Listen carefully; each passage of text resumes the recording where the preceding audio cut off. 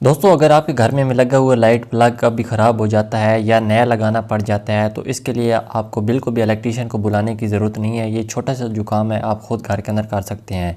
Safety के लिए सबसे पहले दोस्तों आपने मेन स्विच को बंद कर देना है। अब इस तरीके से इस तरह का जो लाइट प्लग होता है इसकी बैक साइड पर आप देखेंगे जहाँ पर यह स्विच होता है इसकी बैक साइड पर आपको 2 पॉइंट देखने को मिलते हैं और सॉकेट की बैक साइड पे आपको इस तरह 3 पॉइंट देखने को मिलेंगे।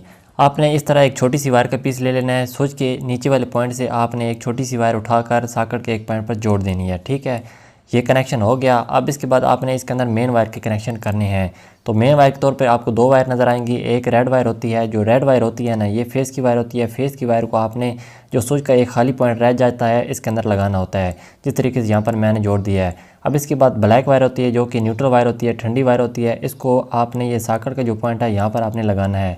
तो ये दोनों कनेक्शन हो चुके हैं। अब इसके बाद तीसरा पॉइंट खाली है जो कि अर्थ का होता है। अगर आपके घर में अर्थिंग सिस्टम है तो जो अर्थ की वायर होगी वो फिर आपने इस पॉइंट पे लगानी है। अगर नहीं है तो फिर इस पॉइंट को आपने छोड़ देना है। भाई ये कनेक्शन मुकम्मल हो चुका है। इतना सा जो काम है आपने करना है, किसी इलेक्ट्रीशियन को आपको बुलाने की ज़रूरत नहीं पड़ेगी। सेफ्टी के तौर पर मेन स्विच को बंद कर लें और ये इतना सा जो काम करके आप इस तरह लाइट प्लग के कनेक्शन खुद घर के अंदर कर सकते हैं। और इसी तरह जो चाइना फिटिंग लाइट प्लग आते हैं उनके बैक साइड पे सिर्फ 3 पॉइंट आपको देखने को मिलते हैं, एल पॉइंट, एन पॉइंट और ई पॉइंट। एल पॉइंट पे आपने रेड वायर जोड़नी होती है, जिस तरीके से ये फेस की वायर है, फेस की वायर को आपने एल पॉइंट पे जोड़ना है। और एन पे आपने ब्लैक वायर लगानी है और जो ई वाला पॉइंट होता है वहाँ पे आपने अर्थ वायर लगानी होती है।